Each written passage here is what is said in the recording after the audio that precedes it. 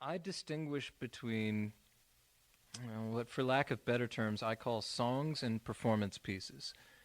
And what most people like are specific performances. We've grown up in an era of recording.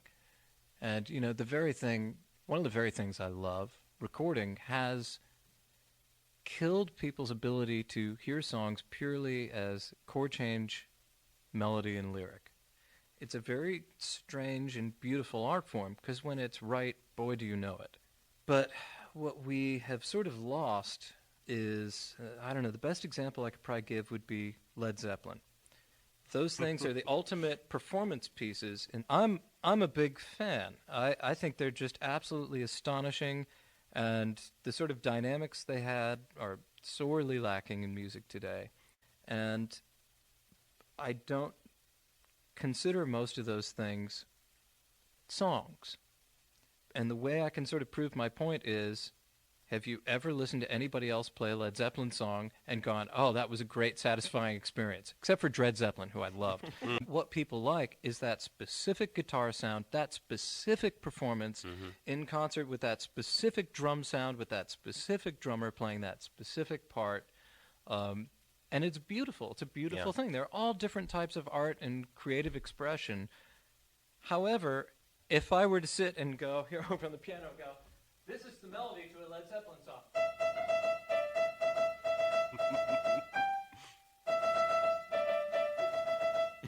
And I could play, 30 others. That's the thing. Yeah. I know it could sound like a snobbishness. It's not. I'm telling you, I love these records. Sure. They're great.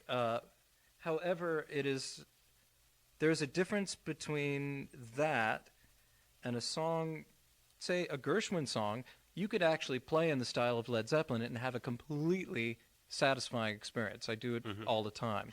I want to hear that. But when you start playing Zeppelin songs, say, in the style of, 1920s music, suddenly it's laid bare that it's like, oh, no, it was about those people, and those people were in a room, and it was great, and I love it. But I consider it a performance piece, and I consider a lot of rock that people listen to be performance pieces. They're not necessarily songs. So, I heard you had Thom Yorke here recently, and there's a guy who's a songwriter.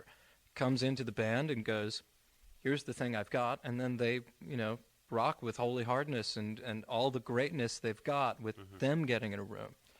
I mean, that's part of what makes a band like Radiohead stand out. When that second record came out, we all collectively went, oh my God, somebody who actually has songs, and this guy's an amazing singer. It isn't extinct yet. Yeah. Or Cobain, right? Right, exactly. And I mean, okay, here, let's, if you take the average punk rock song, it is that same Led Zeppelin melody, even though they hated Zeppelin so much. It's very funny. But if it's like... it'd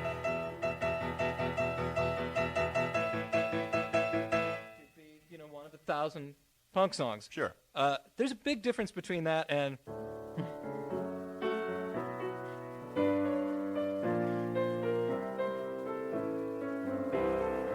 I mean, I can sit here on grand piano, play an unaffected version, and we can all go, oh my God, yeah, that's the best thing ever. Yeah. Again, my spine tingles anytime I play that melody over those chord changes. That, to me, Lithium is no different. It's in the same realm as being able to go,